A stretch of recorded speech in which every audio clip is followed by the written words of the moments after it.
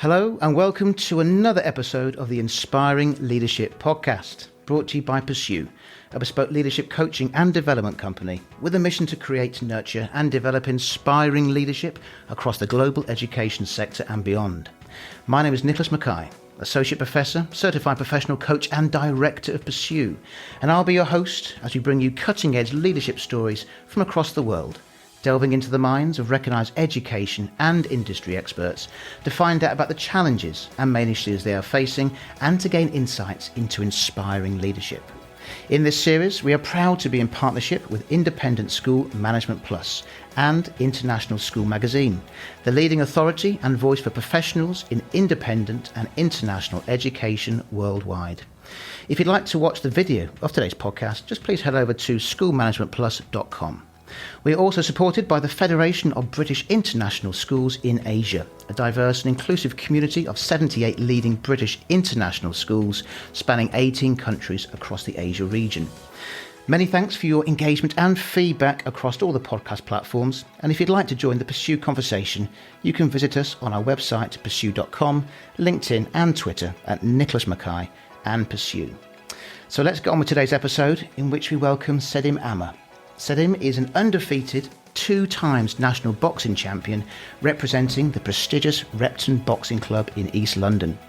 Raised in South East London, Sedem found her way into amateur boxing by chance, having needed a positive outlet for her mental and physical health after working in the challenging industry of public relations for many years. Now an account director at London-based agency The Fourth Angel, Sedem juggles being an account lead across their wellness brands while training and competing as a full-time elite athlete. With the demands of training 2 to 3 times daily for a sport she has an immense passion for, Sedem aims to be able to dedicate all her efforts into boxing to help her transition into the professional ranks. Sedem, thank you so much for joining me today. No, thank you for having me. It's really, really interesting to unpick a bit of boxing today and how you juggle these things. So if we just ring the bell into round 1 here, Sedem, and the first question around inspiring leadership and what it looks like to you. So I suppose inspiring leadership to me personally is all about creating and developing a sense of direction and purpose, really, just for those around you. So irrespective of your level or your grade.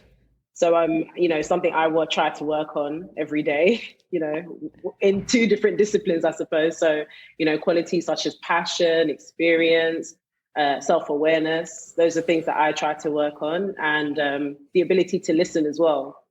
So those are sort of the different qualities I associate with inspiring leadership. So if I can ask you then, Sedem, how did you get into boxing itself?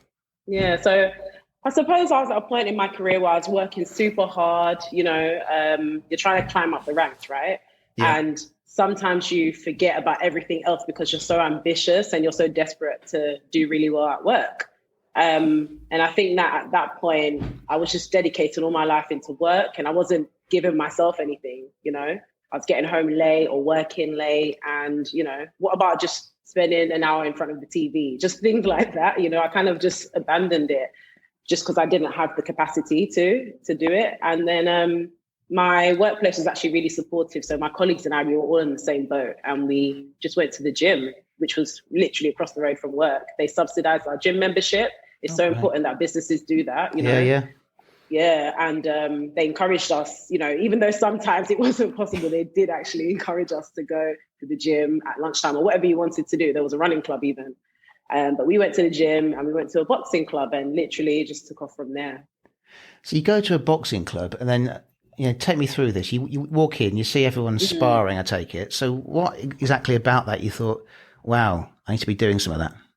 Well, luckily in this instance, it was just a boxercise type class. Okay. Right. So I hadn't even thought about the sparring yet. Headgear was not in my peripheral view. I'm getting ahead of the game here, Sedem, sorry.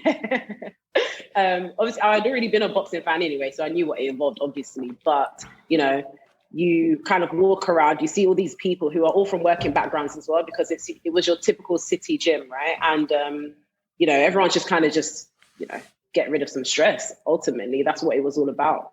So it's people of all different ages, young people to, quite mature people. And, they spent 45 minutes basically doing burpees, pad work, drills. And it's so exhausting. But, I was noticing that everyone kept on coming back. So we were really crazy, or we just really needed that time to de-stress. And so, yeah, literally, I just, started going, was enjoying it, met a lot of people that were in the same boat as me, needed something else, and just really took off from there. And I suppose as you got more confident with things, when was the point where you actually started to box and you thought, actually, this is something more than maybe just something that I do after work to de-stress. This is maybe a way of life for me. Yeah, so I suppose it got to when I was doing everything outside of going to the boxing club. So, the road work, which is basically going for the runs in the morning, or, I started to actually just change my lifestyle a bit.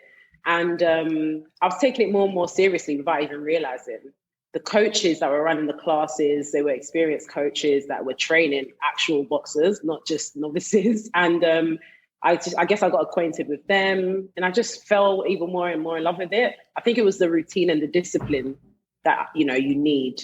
And then I thought, you know what? The sort of normal progression for somebody that's in a working environment is that you take on like a white collar fight. And, there were a lot of people doing it at the time. It was super, super popular a few years ago. And I thought, why not try? I might as well, I'm raising money for charity. So I guess I could, do a camp and then apply everything I'd learned in that camp for like in a sort of real life setting in a fight. So that's kind of how it progressed really slowly. And then, that first experience in the ring was amazing because it was at the York Hall, which is in Bethnal Green. And that's probably like the mecca of boxing. I know a lot of boxers. I mean, even as an amateur, as an accomplished amateur, I haven't even boxed at York Hall, but I did it during a white collar fight. So it was an amazing experience. And I just thought, you know what? I'm going to try and take this a bit more seriously. And it was just literally one thing after the other. I hadn't planned it. If somebody had told me 3 years or 4 years ago that I'd be in this position now, I would have laughed because it wasn't in the agenda, to be honest. But I guess I just took each day as it came, and yeah, here I am. Oh, superb! So, what does it feel like? Suppose take us back to that first fight, and you're in the ring for the first time, properly, I suppose, with an opponent who obviously wants to, punch you as well. What's going through your mind? I mean, naturally, you have nerves. But I kind of just applied my work experience. I mean, growing up, I'd always been doing a lot of like public speaking or performing. And I think I just applied, the sort of jitters that you get before you're doing a public engagement. I applied that. And I know it's two different things, but it kind of just helped me with the anxiety a little bit. And the girl I was in with, she was way more experienced than me. She'd actually had maybe 3 or 4 white collar fights herself. Okay. So, I was definitely the underdog, but I didn't really let that worry me. I think I was more concerned about putting on a good show for all the people that had come to support me. I'd probably sold the most tickets out of everybody there. And so it was a bit of a combination of nerves, excitement, and just wanting to show myself in a good light, I suppose. That's kind of the combination of things that were going through my head at the time. And you wear headgear, do you? Yeah. You wear headgear. So you wear headgear. For the women, you can wear a groin guard. Okay. I did. I think I did. It feels like so long ago now. But definitely headgear, yeah. And then obviously you're properly wrapped underneath your gloves, etc. So do you actually feel anything if someone, gives you a smack when you're wearing headgear? Definitely. You still feel it. The only thing the headgear does is that it protects you from cuts, really. Right. Yeah. But you still definitely feel it because if you think about it, the force of the punch is really towards your neck.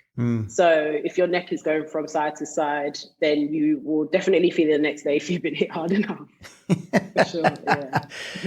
And in terms of, I suppose, getting yourself up for a fight, because, you look at all this, again, sports people and people who are doing public speaking, and there's some kind of routine ritual that they go through to get themselves in the zone. How do you go about doing that, Sedem?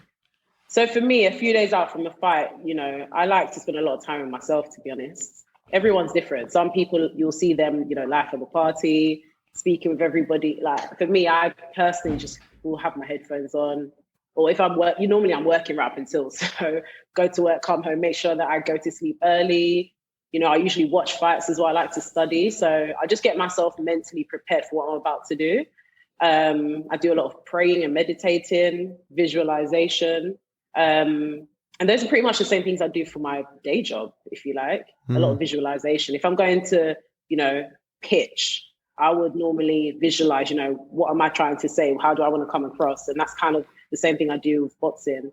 But yeah, normally I'm very reserved into myself, and I just like to be in the zone, And then the bell goes, and then, what does it feel like to be punching someone and kind of laying it on them? Yeah. So the bell goes. Do you know what happens when you're walking up into the ring and they, do the whole, Sedem Ama from XYZ, and then that's probably when you're like, "Ooh, am I actually allowed to do this?" So you have maybe like 30 seconds where that's where probably the nerves kick in actually, and then the bell goes, and then you kind of forget everything, you zone out, you don't even really hear anything apart from the familiar voices, which are normally your coaching team or your family maybe, but even then you normally block it out. And then at the end of the day, it's either you or them. That's how I look at it.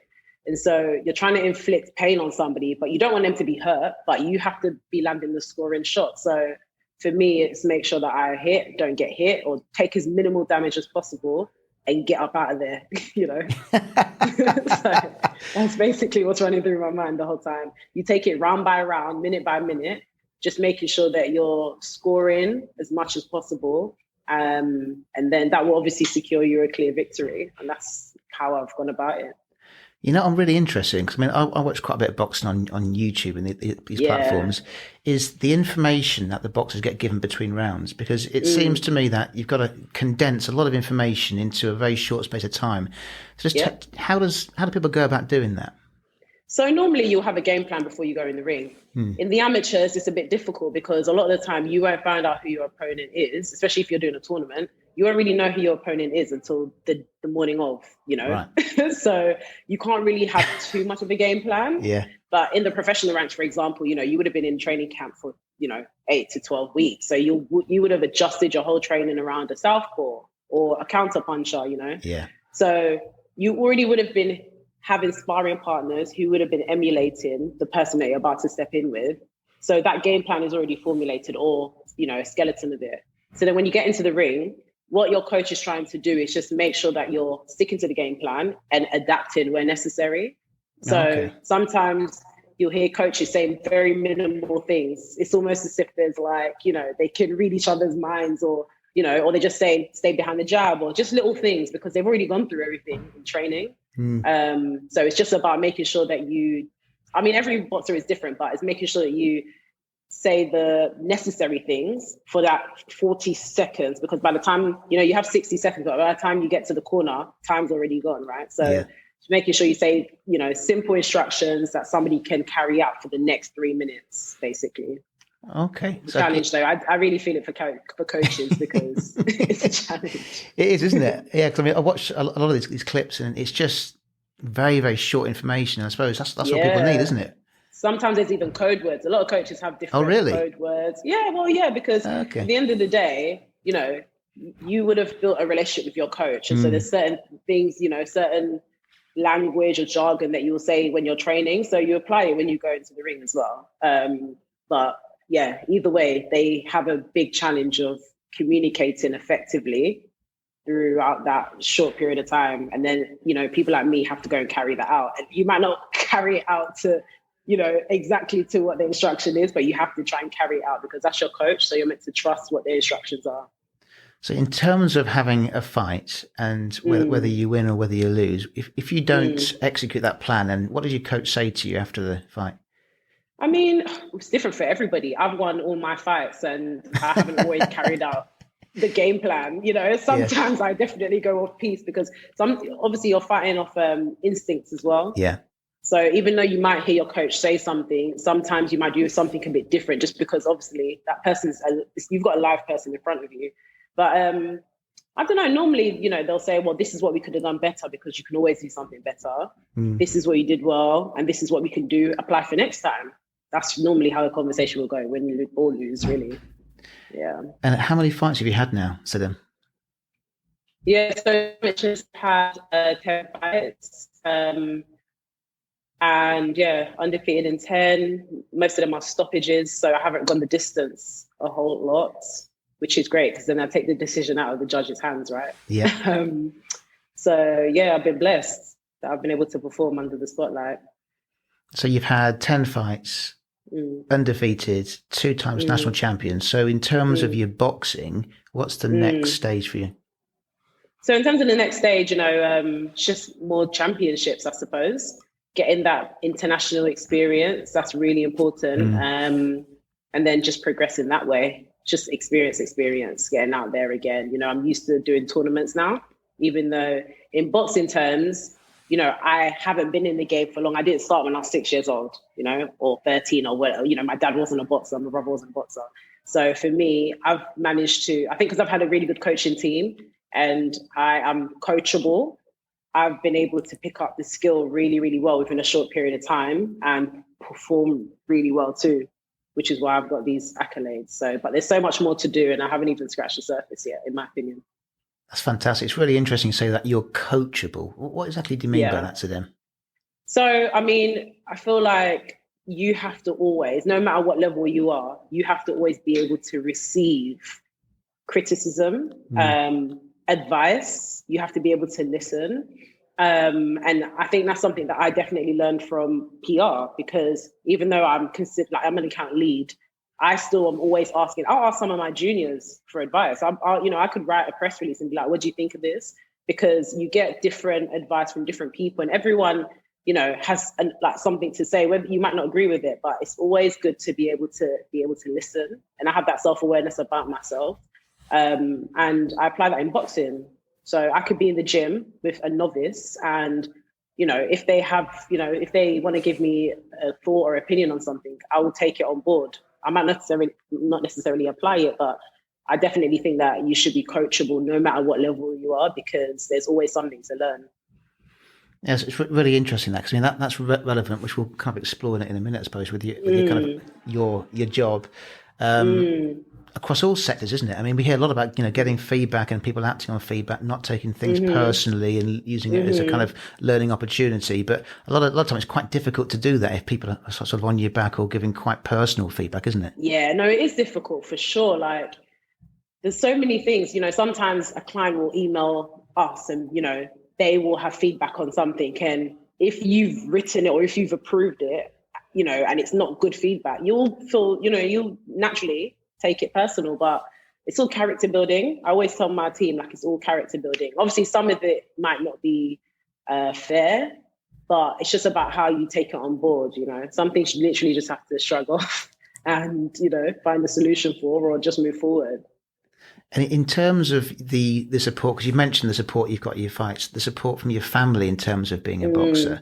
We had a quick chat before we came on about there's been quite a lot of military men in your family, isn't there? Yeah. So your parents have been very supportive, haven't they? Yeah, they've been very supportive. I think the reason why I kind of took to boxing was just because of the routine and the discipline. My dad is a reverend.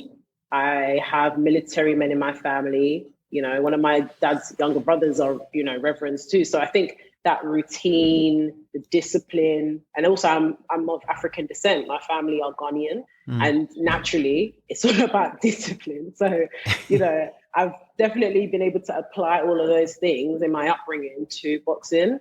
And in terms of my family supporting me, initially they were like, okay, this is a hobby. That's great. You're doing something. And then when they realized that I was taking it a bit more seriously, they, obviously naturally had concerns about, repetitively getting hit, Yeah. You hear a lot with rugby and CTE and all of those kind of things. And those are natural concerns. But I think when they realized that I felt like I found my purpose, they were like, do you know what, we're going to support you with it. And, if you're supported, then you can, when you have a support system, you can actually excel even further, because you've got somebody that's also like, if I'm tired in the morning, I don't want to go for a run, call my mum and be like, I'm really tired today. She'll be like, do you know what, you're tired, but you have to get that running because, that's part of your training plan. So you just need that as well to help you develop and be a better athlete or better person, period. And in terms of getting up, what does your training regime look like to them? Goodness. At the moment, so I'm in camp at the moment. It's tough. I wake up early every day. Like for example, this morning I had a run.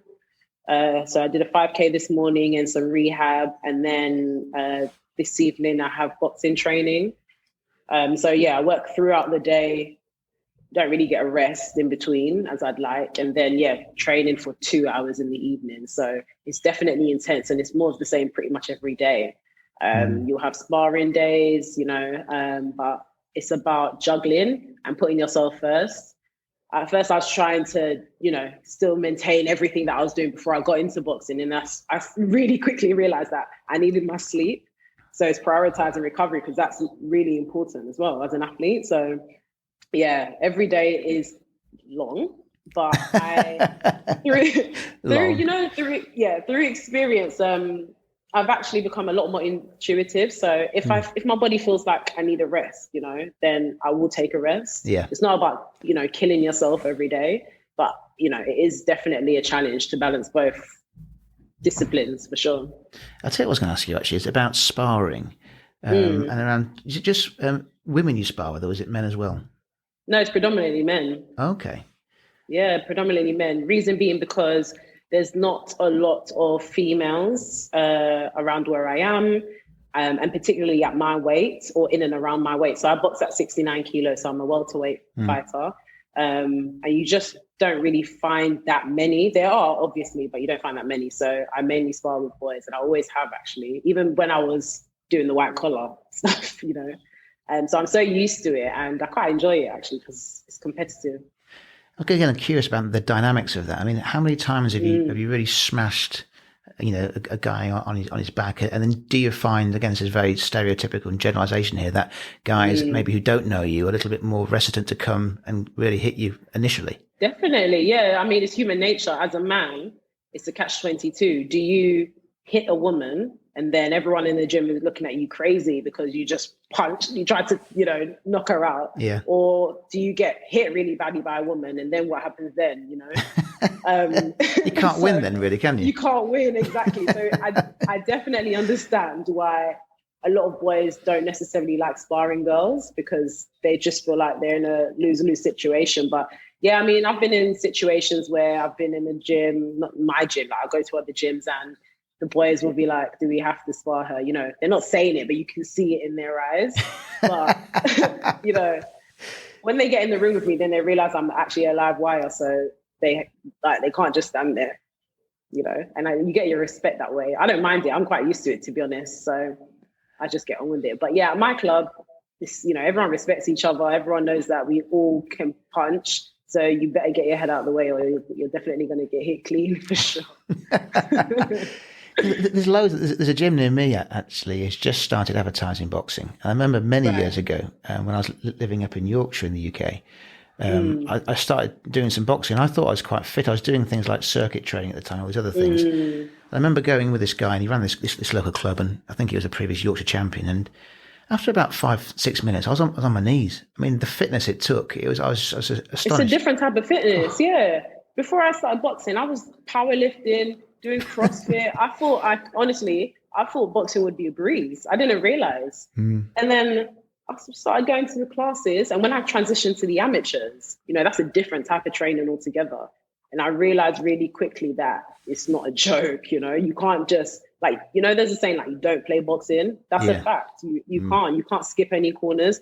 You have to do your sprints. You have to do your strength and conditioning, because it all comes together. And I learned that very quickly.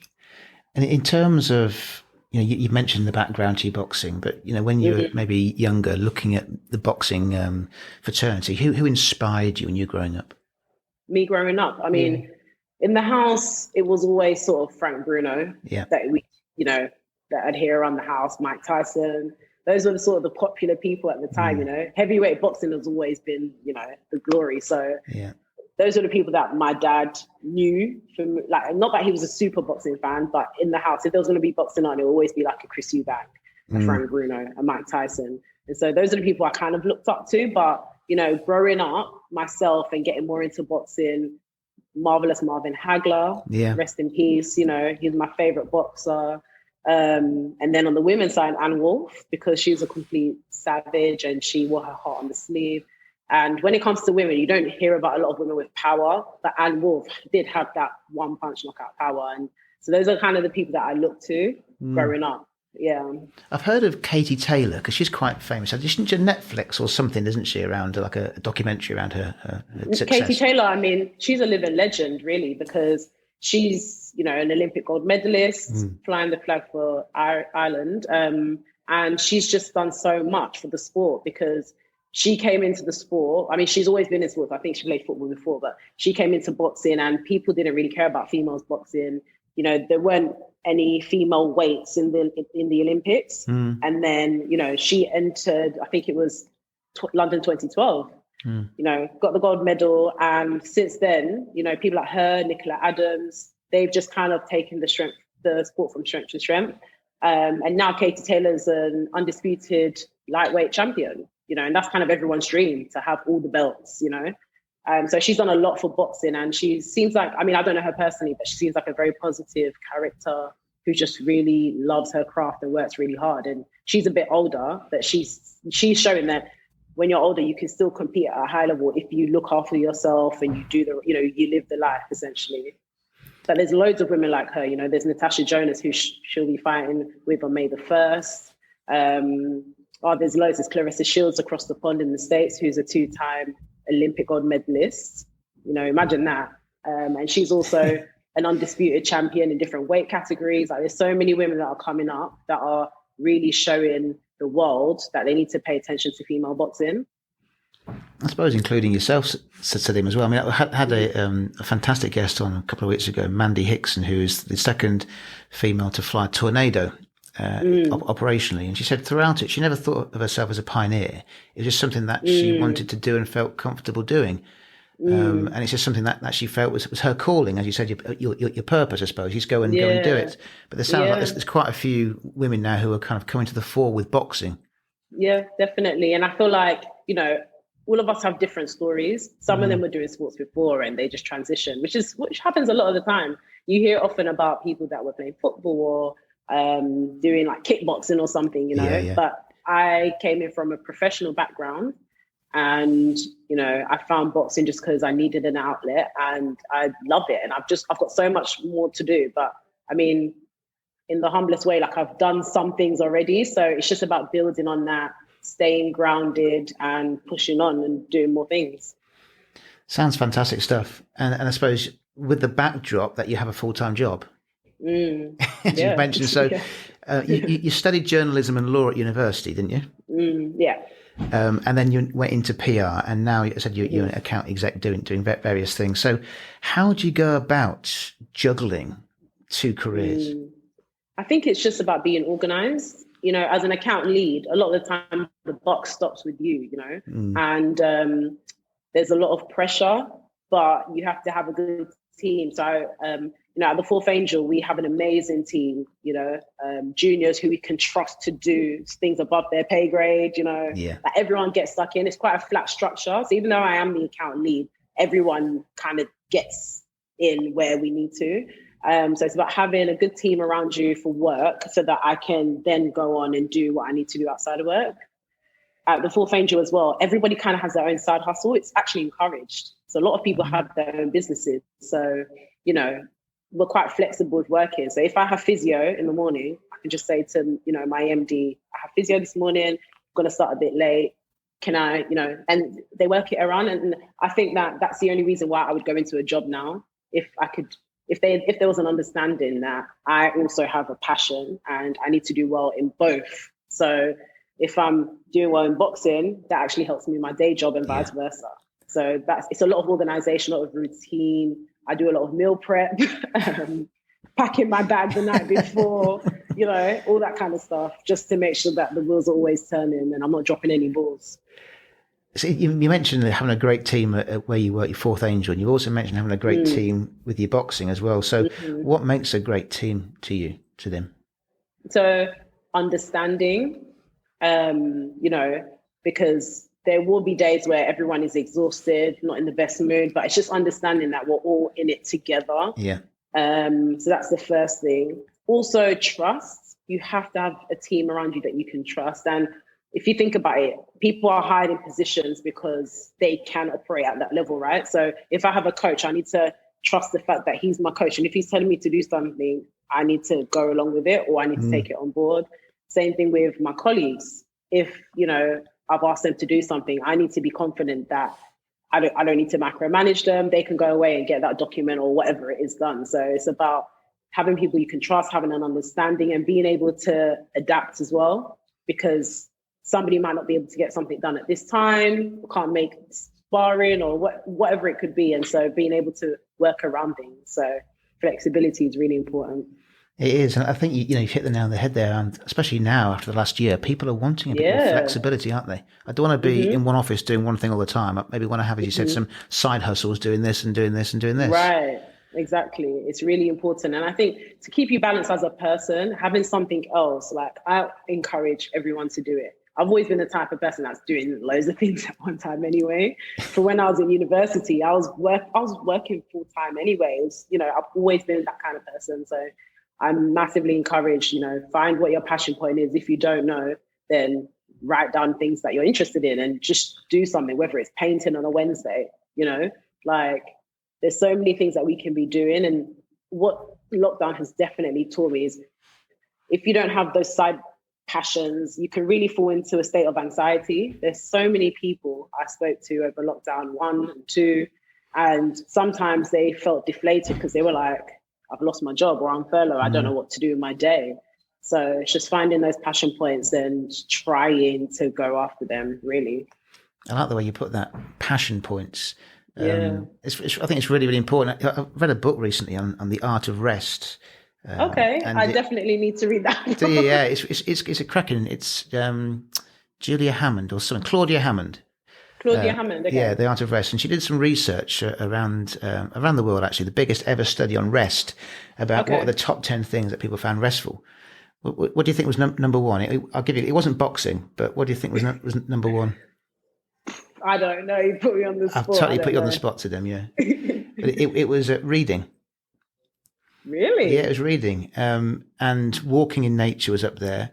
Exercise was up there. Watching TV was in this top 10. But I think some of the findings was it was just dependent on the person you are. So some people actually found going for a 50-mile bike ride really restful, even though it's not a restful activity.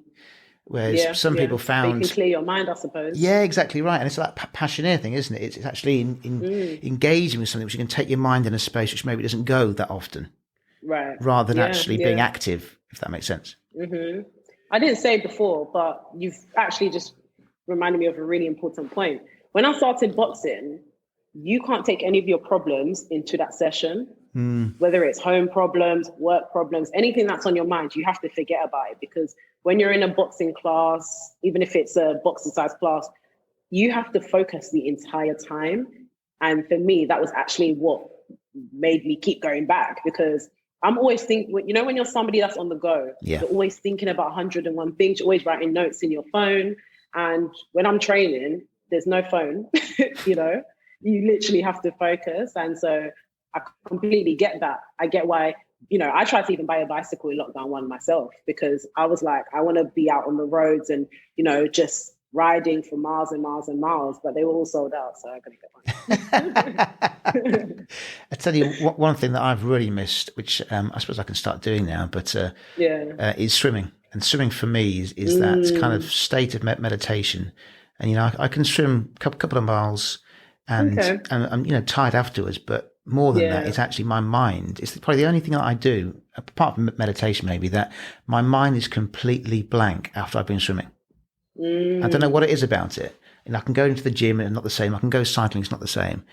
Yoga a little bit, but swimming, the thing about it is, I just come out and it's like the whole world's just serene. So do you know what? I am supposed to be taking up swimming actually, because obviously it's a full body workout and your lung capacity. I mean, swimming is perfect for it. So I might actually start trying that. You said you're supposed to be taking up swimming. It doesn't sound like you're really engaged in that.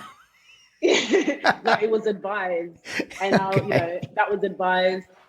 Yoga is advised, for an athlete. But it's about finding the time within the busy schedule to go to a leisure center and swim. So that's what I need to do, figure out the timetable and make sure I'm moving things around, basically.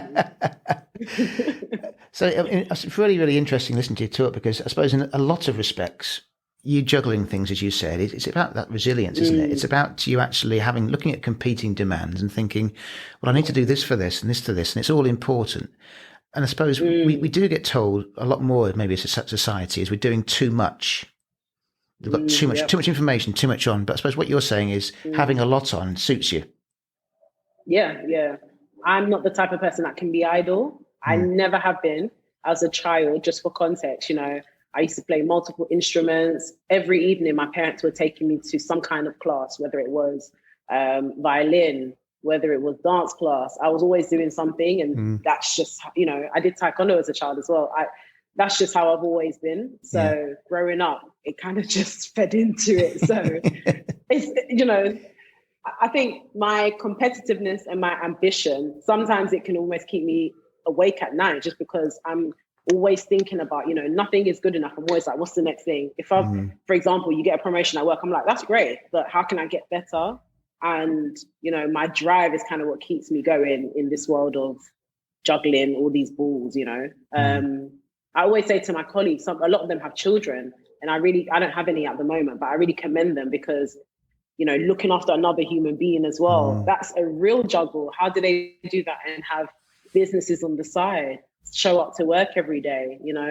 Like, everyone's juggling in some kind of way. If you think about it, it's just, how are you juggling, and how do you feel while you're juggling?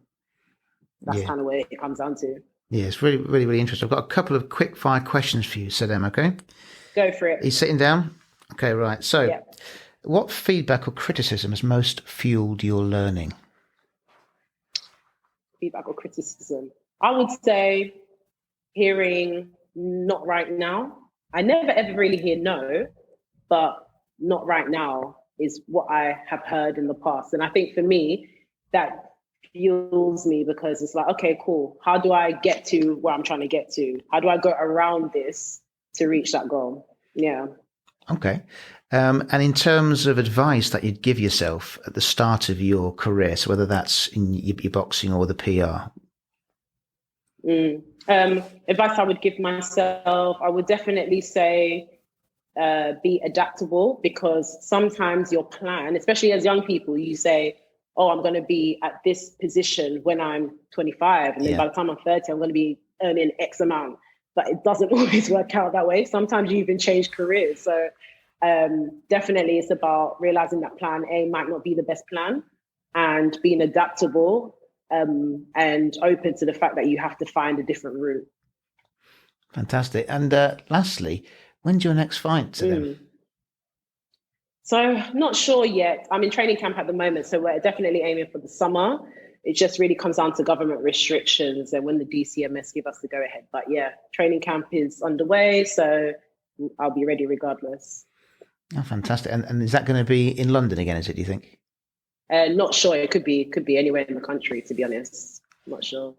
Definitely summer is what we're aiming towards. Okay. And are you looking to go, or is there the opportunity to go and fight internationally? Yes, there is. It just depends on what tournaments are available for us, and if England Boxing will approve for us to fly overseas. It really comes down to the COVID restrictions and whether we're allowed to fly, because it all has to be approved. Oh, superb. Well, thank you so much for joining me today, Sedem. It's been really insightful, and I'd like to come and see you box at some point. Yes, I'll definitely shoot you a note when dates are confirmed, for sure. You can get. I'd love to go and watch the next fight, Tyson Fury and Anthony Joshua. Yeah. Well, apparently they're going to be releasing which site has secured the fight this week. So let's see. I reckon it'll be in the Middle East, though. Who do you think will win? Ooh, put me on the spot there. I'm going to be one of those people that sits on the fence. I think that Anthony Joshua is a very strong contender. He can punch and he is technical too. Tyson Fury just has a lot to his game as well. He's nimble for a big guy. He's like 6'7". He's nimble. He can switch hit. So literally it could be anyone's game. So I think the UK wins, really. Diplomatic answer. So I work in PR, right? All right. I think Tyson Fury's got it, personally, after what he did to Wilder. He was just, I think he's got great technique. He hasn't quite got the power of AJ, but he's got some great technique, and I think he can take a punch. And I just think he's got the size. I mean, what he did to Wilder was just he did to Wilder destroyed him. Yeah, in a nice sense, for sure. yeah. And also he showed a lot of heart. Not after the first Wilder fight, after the Otto Wallin fight, when he had that horrific cut. I mean, most people would have tapped out, but he showed us a lot of heart. So we'll see. And here's another guy who again talks a lot about how it helped his mental health. Boxing. Mental health, absolutely. He went through a big depression. You know, I guess his journey is different because, you know, as a traveler, they all really get into boxing from really young, and he boxed his whole life, got to the pinnacle after beating Vladimir Klitschko, and after that it kind of fell apart. He had everything and he still didn't feel satisfied, so then he spiraled into depression and he found his way back. So, you know, having that routine, he even says when he's not preparing for a fight, he still goes for runs. That routine, the discipline, definitely helps mental health, and there's studies out there that shows what sports can do. So, you know, he's not the only person that's benefited from me. I have to. Yeah, it's superb. Well, thanks again, Sedem. Very much appreciated, and great luck on your next fights. Keep in touch. Let us know how everything's going, and thanks for your time today. It's very much appreciated. Thank you. If you're interested in elevating your leadership practice in partnership with Pursue through our coaching and leadership development packages, or would like to connect to discuss any of the topics on the show, please send me an email at hello@pursue.com or visit our website pursue.com. You can also follow me on LinkedIn and Twitter at Nicholas Mackay or Pursue. And if you enjoy the show, please leave a rating and spread the word. We are proud to be developing a truly global community. Take care and look forward to speaking to you again soon.